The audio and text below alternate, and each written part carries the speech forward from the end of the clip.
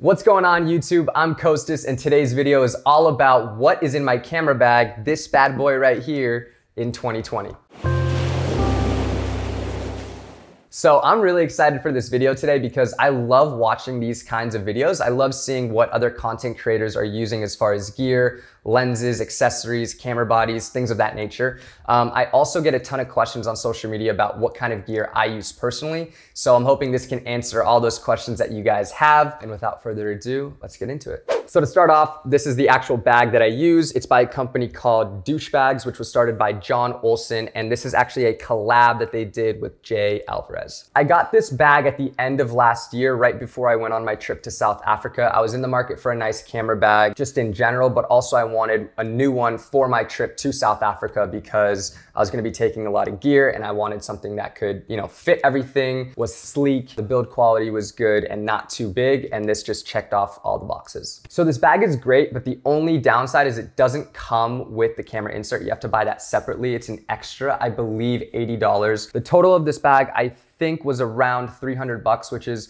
not cheap, but you get what you pay for. The build quality is great. If you guys are in the market for, a camera bag or suitcases of any sort, Douche Bags is a great company. The name's pretty funny and they make great stuff. So definitely go check them out. All right, let's talk about the real good stuff, the actual camera. The camera that I'm currently using is the Sony a7 III. It's what I'm using to film this video right now. And I also have a Sony a6500, which was the main body that I was using before I upgraded to the a7 III. I was using the a6500 for just over 2 years, and man, I really love that camera. If any of you guys are looking to get into film and photography and want to get a nice DSLR camera, but don't want to spend too much money, I highly recommend the a6500.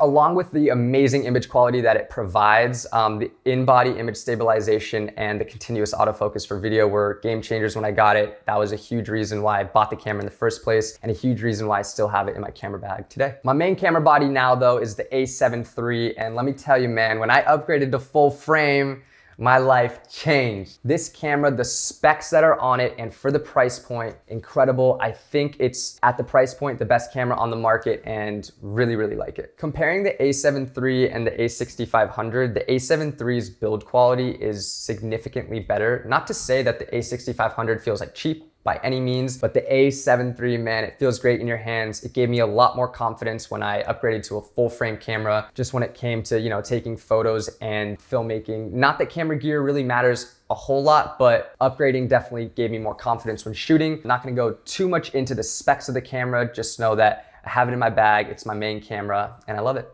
All right, let's talk about lenses. My main lens, the one that I'm actually using to shoot this video as well, is the 16-35 f2.8 G Master lens by Sony. I use this lens, I would say, about 90% of the time, and I absolutely loved it. When I got it, it was a true game changer for my photography and filmmaking. The lens is pretty expensive. It comes out to around $2,400 after tax. But with that being said, totally worth the investment. You'll hear people say, I'd rather have a nice piece of glass, a nice lens with an okay camera body than having a really good camera body with an okay lens. The lens makes all the difference in the world. And after having a really nice lens on my body, I totally understand why people spend so much money on lenses, and I don't regret it at all. If you use Sony, could not recommend this lens more. So this is my other lens that I use and carry in my camera bag. It's a Sony 85mm f1.8. I love this focal length. The 85 is not too zoomed in, but it's more of a telephoto lens, so it's great for portraits and getting detailed B-roll shots. I love using this lens because it just gives you a different look than the 16-35 and gives you more variety when you're looking back through your shots. This is the other lens that I have. It's a 50mm 1.8. I don't really use it anymore since I got the 85. I'd rather use my 85 than a 50. Not to say that this is a bad lens, because a 50mm is a great focal length. I do plan on getting a nicer 50mm at some point, but as of right now, I'm just sticking to the 16-35 and 85mm. So I have this lens, but I don't really take it with me and shoot with it anymore. Next up, we got my drone, of course. I got a Mavic 2 Pro and the controller. Obviously, they go together. I got this on Black Friday of last year. This thing is kick-ass. Before I had this, I had the Phantom 3, which I barely even used. It didn't have have a case. It was so big, I couldn't throw it in my bag. This is a perfect size to be able to fit in my bag, take it wherever. And the 1-inch Hasselblad sensor on this thing makes the image quality insane for a drone of this size. So highly recommend it. Kind of pricey, but definitely worth it if you're serious about filmmaking. So this bag is great because it has these 3 pockets right here, perfect for accessories. So I'm just gonna run through them and let you know what I keep in here. First up, microfiber sleeve. This thing is great for, you know, cleaning lenses and screens without worrying about scratching them. It takes up literally 0 space and something I think every photographer should have in their bag. Next up, we got this SD card dongle for my MacBook Pro. I typically bring my MacBook Pro with me. This camera bag has a great insert for a laptop. But yeah, you need this because Apple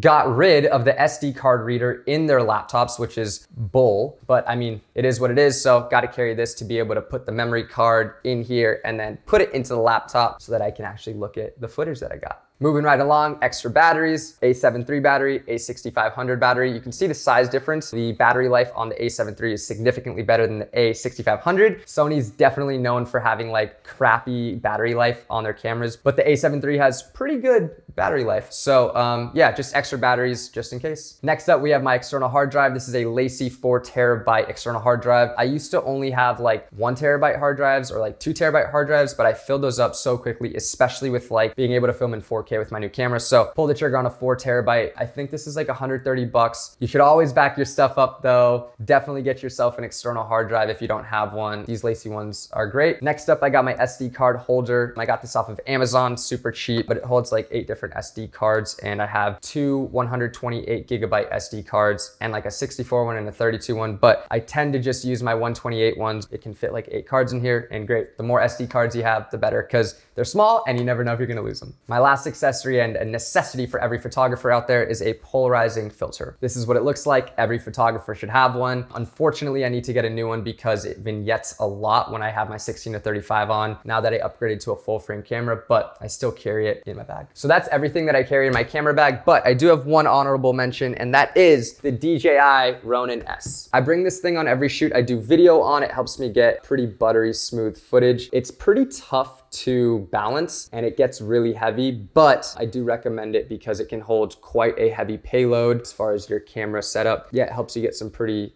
smooth shots. So this thing's a lot of fun to use. Before this video ends, I do want to say that I didn't make this video with the intention of bragging about all this camera gear that I have. I just find these videos really interesting and often get a lot of questions about what kind of gear I use. So that's why I made it. Even though I don't think you guys would take this video as bragging, just felt like I wanted to address that. But with that being said, if you did like this video, please give it a thumbs up and consider subscribing if you're new here. If you have any questions regarding camera gear, filmmaking, photography, let me know in the comments below and I will answer all of them. That does it for another video. I'll see you guys in the next one. Peace.